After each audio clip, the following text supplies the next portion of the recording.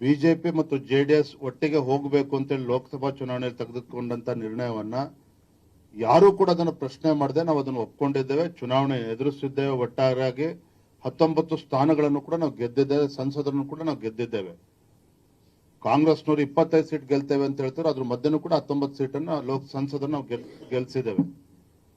So ಒಂದು ರಾಷ್ಟ್ರೀಯ ಪಕ್ಷವಾಗಿ ಒಂದು ರಾಷ್ಟ್ರೀಯ ನಾಯಕರು ತೆಗೆದುಕೊಂಡಿರ್ತಕ್ಕಂಥ ನಿರ್ಧಾರಕ್ಕೆ ನಾವು ತಲೆ ಬಾಗ್ಲೇಬೇಕಾಗ್ತದೆ. ನಮ್ಮೆಲ್ಲರ ಕರ್ತವ್ಯನೂ ಕೂಡ ಇದೆ.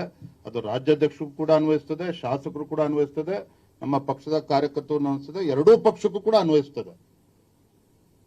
ನಾನು ಕೂಡ ನನ್ನ ಮೊನ್ನೆ ಕೆಲವು ಮುಖಂಡರ ಹತ್ರ ಚರ್ಚೆ ಮಾಡಿದ್ದೇನೆ. ಇದು ಯಾರು ಮುಖ್ಯಮಂತ್ರಿ ಆಗಬೇಕು ಚರ್ಚೆ ತೆಗೆದಿರೋದು ಜೆಡಿಎಸ್ ಪಕ್ಷ. ಅದಕ್ಕೆ ನಾವು ಉತ್ತರ ಕೊಟ್ಟಿವೆ ಅನ್ನೋ ಉತ್ತರವನ್ನು ನಮ್ಮವ್ರು ನೀಡಿದ್ರು. ಅದನ್ನ ನಾನು ಹೇಳಿದ್ದೇನೆ, ಇದು ಯಾವುದು ಕೂಡ ಚರ್ಚೆ ಮಾಡಬೇಡಿ.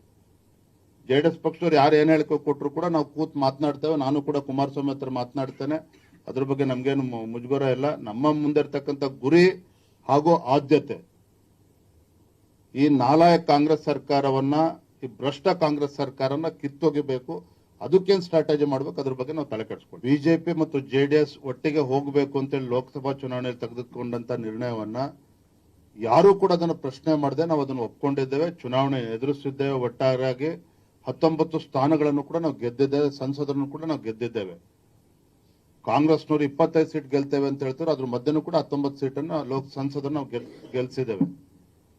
ಸೊ ಒಂದು ರಾಷ್ಟ್ರೀಯ ಪಕ್ಷವಾಗಿ ಒಂದು ರಾಷ್ಟ್ರೀಯ ನಾಯಕರು ತೆಗೆದುಕೊಂಡಿರ್ತಕ್ಕಂಥ ನಿರ್ಧಾರಕ್ಕೆ ನಾವು ತಲೆ ಬಾಗ್ಲೇಬೇಕಾಗ್ತದೆ. ನಮ್ಮೆಲ್ಲರ ಕರ್ತವ್ಯನೂ ಕೂಡ ಇದೆ.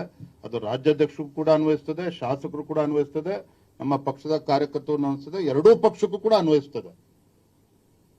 ನಾನು ಕೂಡ ನನ್ನ ಮೊನ್ನೆ ಕೆಲವು ಮುಖಂಡರ ಹತ್ರ ಚರ್ಚೆ ಮಾಡಿದ್ದೇನೆ. ಇದು ಯಾರು ಮುಖ್ಯಮಂತ್ರಿ ಆಗಬೇಕು ಚರ್ಚೆ ತೆಗೆದಿರೋದು ಜೆಡಿಎಸ್ ಪಕ್ಷ.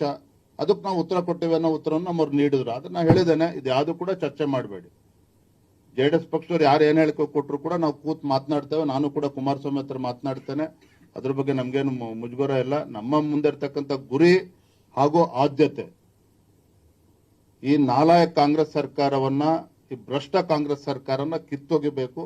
ಅದಕ್ಕೇನು ಸ್ಟ್ರಾಟಜಿ ಮಾಡ್ಬೇಕು ಅದ್ರ ಬಗ್ಗೆ ನಾವು ತಲೆ ಕೆಡಿಸ್ಕೊಂಡು